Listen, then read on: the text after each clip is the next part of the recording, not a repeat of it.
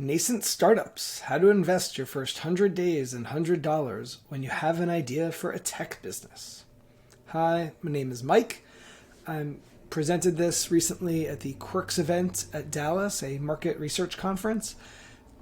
Since the audio quality wasn't great, I decided I would re-record and share with you all on the podcast. We're going to cover a little bit about us, who am I, who are you, the audience, the conventional approach to innovation, the big reset that I believe changed the world of entrepreneurship and creating new companies, and then nascent stage innovation, what that reset unlocked.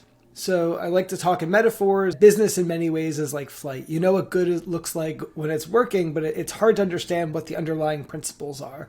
In this talk, we're going to be talking about new business creation. So before it was an eagle, it was a chick, and before it was a chick, it was an egg. And how does this even come to be? So I'll be using the words founders and startups a lot throughout this presentation.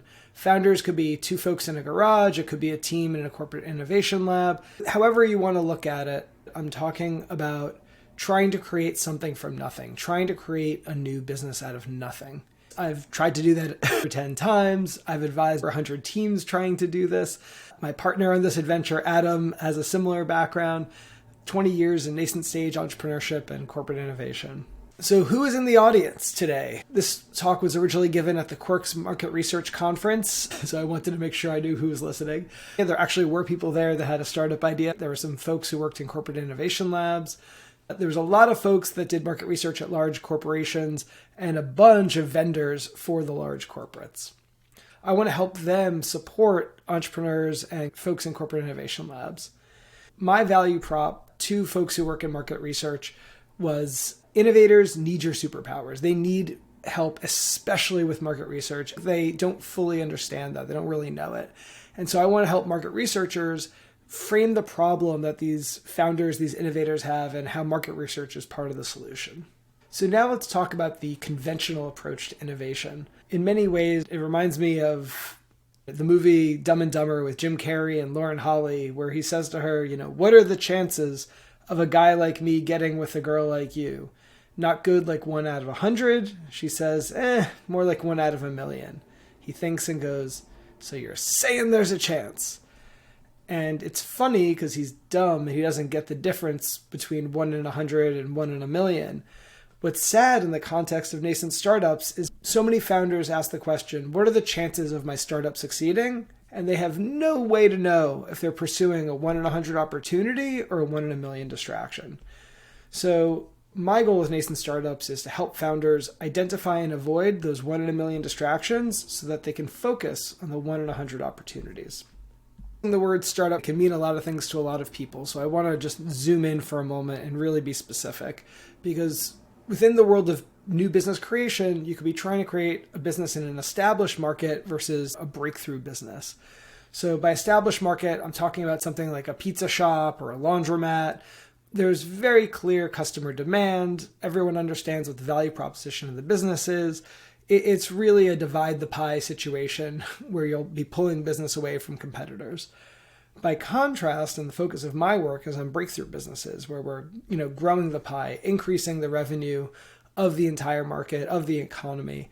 And to me, there's basically two ways to grow the pie. You either have a breakthrough on the customer side where you're discovering an untapped market like Uber or Airbnb, or you have a breakthrough on the technology side where you discover a new solution to an obvious problem like Viagra or teleportation. If somebody can build me a teleportation device, that'd be great so I don't have to fly. Our main focus is customer breakthroughs. If you ask me what my dream is, my wish, I would love for this nascent startups methodology to become the new customer discovery 2.0. So let's zoom in a bit on customer breakthroughs. I'm going to argue that there's at least 3 stages for customer breakthroughs. Mature is easy. You know what success looks like. That's not a problem. But let's zoom in on nascent versus early stage. I define a nascent stage startup as the kernel of a business idea, but no customers, no product, and no funding. By contrast, an early stage startup has initial customers, product, and funding. If your startup has no customers, or if your startup has customers, you face wildly different challenges. And it's really important to use the right tools for the right challenges. Of those founders that I've mentored, even myself, the go-to handbook that I've seen most founders rely on is the Lean Startup. To summarize the introduction to the book, it basically says, our customers stopped liking our product and our investors stopped giving us funding. Here's how we overcame those challenges. If you have challenges with customers, product, and funding, you don't have a nascent stage startup. That's my goal with nascent startups, is to give you an on-ramp to the Lean Startup. Just to be hyper specific about how I define a nascent stage startup, to me, we're talking about a project to determine whether a business idea is worth pursuing. The founder just has the kernel of an idea, no customers, no product, no funding. They're trying to create something from nothing, going from 0 to 1 in the most fundamental sense. They're pursuing an unproven market, customer discovery. They're searching for customers, and they're constrained by minimal resources. They don't have infinite time, money, or really amazing relationships and partnerships. Of this definition, the piece that I think is the most important is that a nascent startup is a project that may or may not become a business. A nascent startup does not have to become a business, and I think there's tons of value to just considering it a project that we can treat really lightly. And you might say, why is this new? And that's where the big reset comes in. So I believe that the worlds of entrepreneurship, innovation, creating new businesses, everything changed on April 23rd, 2015. What happened that day? That was the day that Amazon first released revenue for Amazon Web Services, for AWS. That was the moment that everyone understood that technology became affordable. Up until then, yes, people were using cloud services, and there was an understanding that technology kept getting cheaper. But this was really, in my view, the inflection point. On this day, the priorities for entrepreneurs changed. At this point, pain overtook funding as the most important factor driving startup success. So we can look into a bunch of different factors that founders have to worry about. There's at least 5. They need a product that solves a problem. They need a market of customers that are going to buy the product. They need a team to build the business. They need those customers to be accessible. I feel like that's often overlooked. And they need funding to pay for all this. And if you go back 20 years to the early 2000s, of these factors, the most important was funding. Startups needed money for the technology. They needed to have a server rack. They needed to have engineers working with those servers. They could have everything else lined up, and if they couldn't get money from investors, there was nothing to do. In my view, all of this changed in April 2015. Now, the most important factor in my view is finding a new market, and a new market begins with searching for people in pain and trying to find those people in pain and hopefully getting lucky and finding those people in pain. So let's add a little bit of color to what this means for founders.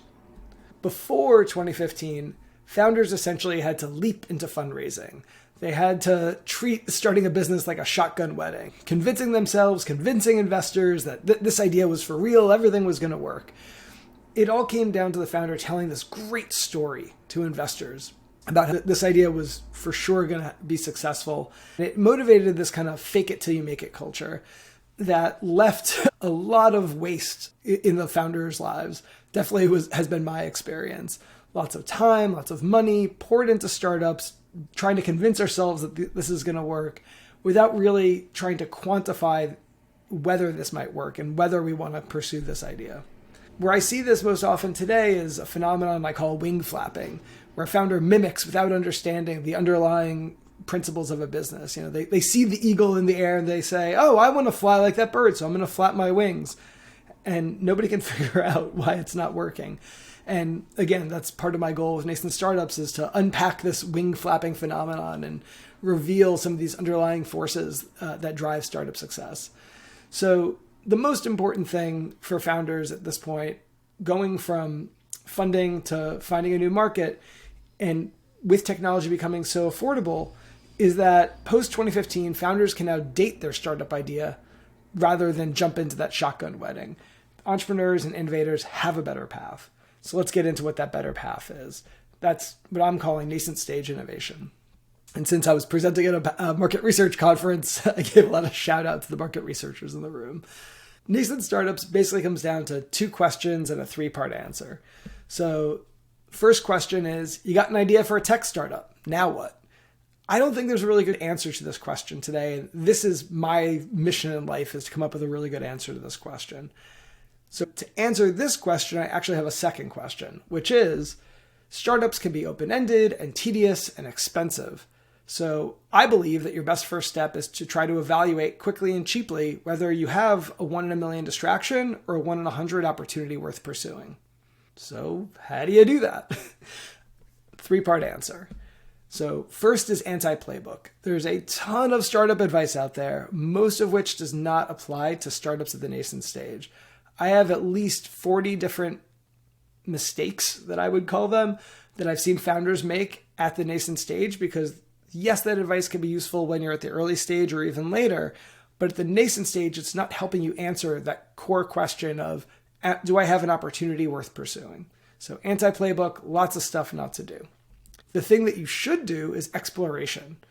It's just one thing, super focused. You need to search for people in pain and you need to quantify their pain. This to me is the most important thing that a founder can do at the nascent stage. It should be at least 80%, if not 90% of your effort should just be exploration. And after 100 days and $100 is the last step, evaluation. Based on the data you've gathered, do you believe that your odds are 1 in 100 or 1 in a million? And if you like your odds, keep going. If not, no worries. It's just a project. Put your pencil down and work on another idea. There's a lot of them. So the reason that I came up with nascent startups is to address the biggest pain point that I've had personally, which is pursuing minor problems. This is definitely the most common failure mode I've endured, and it's the most common problem I've seen all the founders that I've mentored face. Just to be personal and specific, a problem that I've had, it was with my first startup. It was called Energy Seeded. My friends and I decided to create a platform to unite sustainability-minded customers and businesses. So if you're a consumer of coffee and you want a solar-powered cup of coffee, we would help you find the business that could deliver that to you. There wasn't a lot of pain there. Most people want to buy their coffee because it's delicious and it's nearby, not because it came from solar power. And so pretty quickly, our startup failed. And I think we would have been much better served trying to understand, are there even people in pain, rather than doing what we did, which was invest tons of money and effort into actually trying to build the product. So I hope you're starting to believe me that pain is super important. I want to show you how that fits into this nascent stage framework of starting a business. I call this the people to prospect funnel. So yes, you do want customers. Everybody wants customers. When you only have the kernel of an idea, when you're at the nascent stage, you're not ready for customers, at least in my opinion. So what you're trying to do is you're starting with all the people in the world, and most people are fine. Most people do not have the pain that you're interested in. With Energy Seeded, most people do not care about more sustainable coffee. If you get lucky, when you start to talk to people, what you'll find is there are some people that are interested in that pain. They have that pain, but it's not super important to them. You know, on their things that they care about, maybe it's number 27 on the list or number 42. It's not one of their top pain points, not one of their top problems. So you keep looking, you keep talking to people, the conventional customer interview, even though they're not customers. If you get really lucky and something magical happens, you're able to identify accessible people with expensive, excruciating pain. This is when you are at a point where you might have a 1 in 100 business opportunity, because some of those people might convert to prospects and some of those prospects might eventually become customers. What does this actually look like? Here's some data anonymized. One of the founders that I worked with shared with me. He was interested in creating an education startup, basically helping high schoolers get into college. And we looked at some of the interviews that he ran, and it was remarkable how little pain there was. He talked to one person, they said, I'm not going to college. I don't need an app to get into college. Second person said, yeah, I'm in high school, but I'm just going to go to community college. I'm all set. So what we did was we mapped the quotes in the interviews to actual dollar amounts. You're welcome to argue with the dollar amounts, but this to me is where we go from loose qualitative data to really specific, useful quantitative data. And in the course of these interviews, there were a couple people eventually that started to say, oh, I could barely afford $1,000 for practice tests. So we did get some quantified pain. And this is where things get interesting. Going from quotes to quantitative pain, what we started to see was a pattern that looked like this, where most people were fine. And then there was a couple people that had quantitative pain. And I think it's really useful to start to look at the interviews through this lens. And I just want to give some context on where I came up with the idea. I was really interested in the story about the Challenger disaster. So ages ago, NASA shot up this rocket ship and they had this really important question. We're shooting the rocket out in Florida where it's normally warm, but it was an unseasonably cold day. It was like freezing, 32 degrees. And so they said, what are the chances of a quote unquote incident, of a problem happening? And they looked at this graph where you have values of the number of incidents versus the temperature outside. When it's 75 degrees out, there are incidents. When it's 55 degrees out, there are incidents. And looking at this graph, they said, you know what? Whatever the temperature is, something could go wrong. This is rocket science. It's hard. So we don't know. So we're just going to shoot the rocket. And obviously, it was a disaster. The thing here that I thought was so interesting was one of my heroes, Richard Feynman, and the bigger folks on the commission, they noticed that something really, really important was missing from this graph, which was the successful launches. When were there 0 incidents? And when you overlay the successes along with the failures on the same graph, you start to see a pattern. And what becomes really clear here is that the shuttle never had a successful launch below 65 degrees Fahrenheit. Yes, above that temperature, there were still problems, but if you're looking at this graph now, what you're thinking is you're crazy if you want to shoot up a rocket at 32 degrees Fahrenheit. It's off the charts bad. And so the takeaway that I want founders to have when they're looking at this graph is, how can I start to structure my customer interviews such that I can see where there's lack of pain, I can see where there's quantified meaningful pain, and then make a thoughtful decision whether or not to pursue this idea.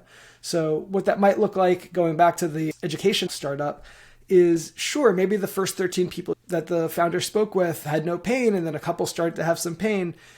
If they kept going and you started to see a pattern like this, where, one interviewee has $500 of pain, another one has $1,000 of pain, now it starts to get interesting. Now maybe there is a business here. So let's get into what that would look like for the startup and why quantifying pain is so valuable. This is another funnel that I want to introduce. I'm calling it the pain to pricing funnel. So it's basically just 3 parts. Status quo of the current pain. How much time and money is the interviewee spending right now? Next question is, what would it take to create meaningful pain relief? I like to assume 10x. We want a really sizable improvement for the person in pain who eventually would become the customer.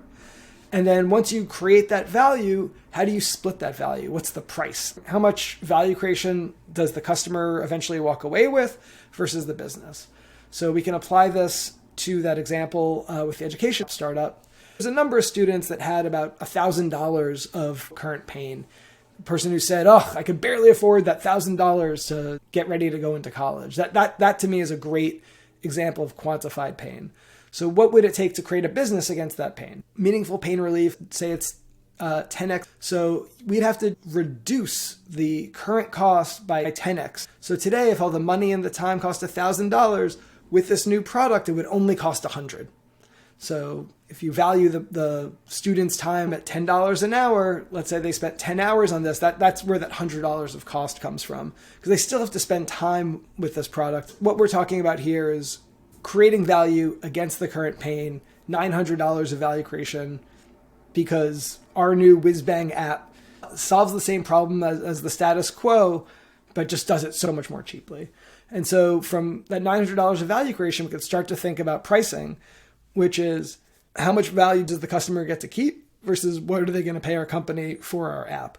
So out of the $900, again, just using a rough 10x rule of thumb, 90-10 split. So the customer gets to keep $810 and they're going to pay our company $90 to use our app. Great. So I just wanted to walk you through this light example of quantifying pain and using that to drive an estimated price. Yes, it would be great to get people to pay and to secure price up front, but what really matters is quantifying the pain, because the price falls out of the pain. So just to recap, About us, I'm Mike, creator of this Nascent Startups project to help founders in their first 100 days and $100. The audience I was speaking to were market researchers. The conventional approach to innovation really drove this fake it till you make it approach so that founders could secure investment. And in my view, there was this big reset where pain overtook funding as the most important factor driving startup success. And ever since April 2015, there's this new opportunity around nascent stage innovation where founders just need to focus on searching for people in pain and quantifying their pain. I've had a lot of great support on this project. I hope more people will continue to support. It'd be great. Please let me know your feedback. And thanks so much. I hope you go to nascentstartups.com and sign up for the newsletter.